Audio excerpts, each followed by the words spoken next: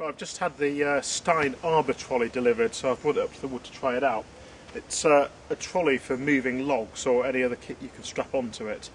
It packs up very small into the car, so we've got a couple of wheels,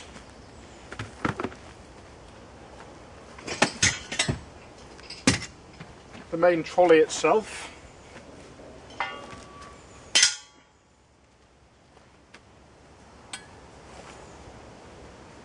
a handle that attaches to pull it along,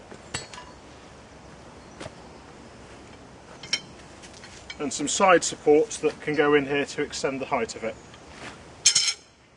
Right, let's put it together. Right, I've turned the trolley upside down to get the wheels on more easily. There's some very simple retaining pins. Slide a washer off and pop the wheel on.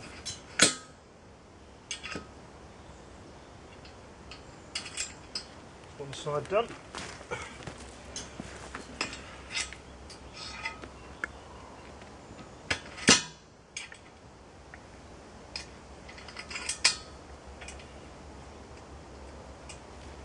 So once they're on, turn it the right way up, and we've got the handle. Now there's 3 different positions on the handle, as you can see. If you extend it longer, that means you can fit bigger logs into the trolley, and you'll also have more leverage, so it's easier to lift, but it'll be a bit less manoeuvrable.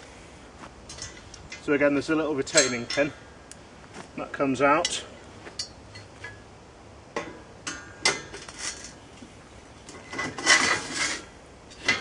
And set this to your desired length. So I'll put it on its shortest one for the moment. Put it back in. And if you want the extra carrying capacity, then you slot in these supports here.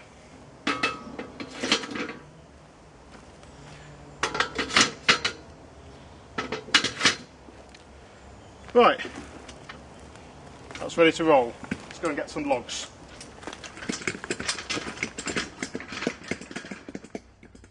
As you can see, you can also strap whatever equipment you need to carry on your way out to collect the logs. In this case, it's just my camera bag and some lifting tongues.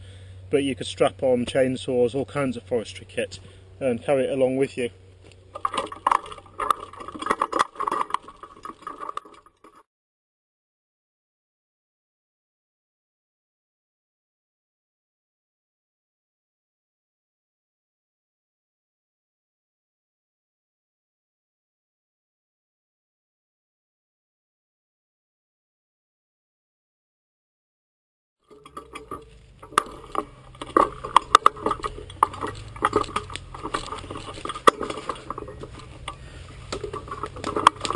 Right, here we are at the log pile.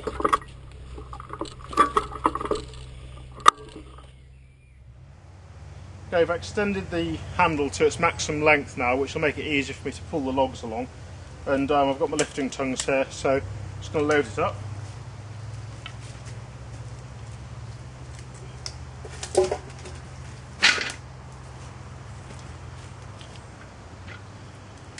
The trick is to try and centre the logs over the axle so that the weight is carried by the wheels rather than by you.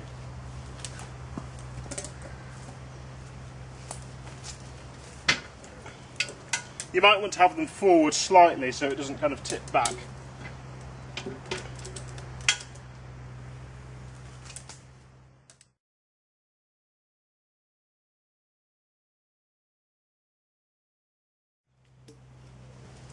So all that's required now is to use a ratchet strap to strap it down so it's ready to roll. Okay, that's all strapped up now and ready to go.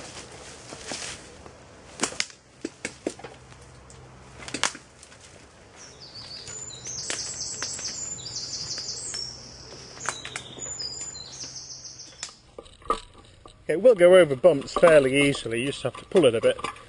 But the smoother surface you can find for it to roll on, the better. So I'm coming down a ride in the wood here, and that's pretty straightforward.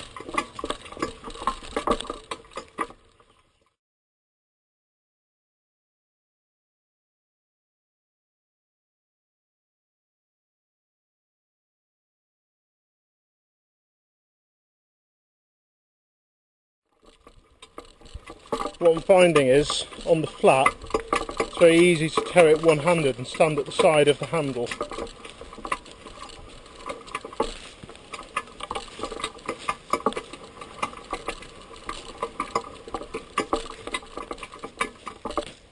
For a downhill, you can tip it and let the logs drag at the end to brake it a bit.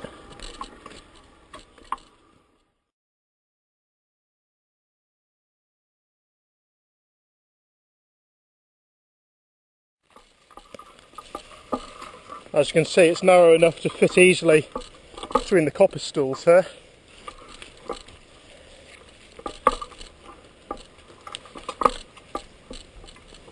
Bit harder work now I'm going uphill. I'm actually walking backwards, pulling it with two hands. But it's a lot easier than dragging the logs one by hand. And there isn't enough to be worth taking the car trailer down for them.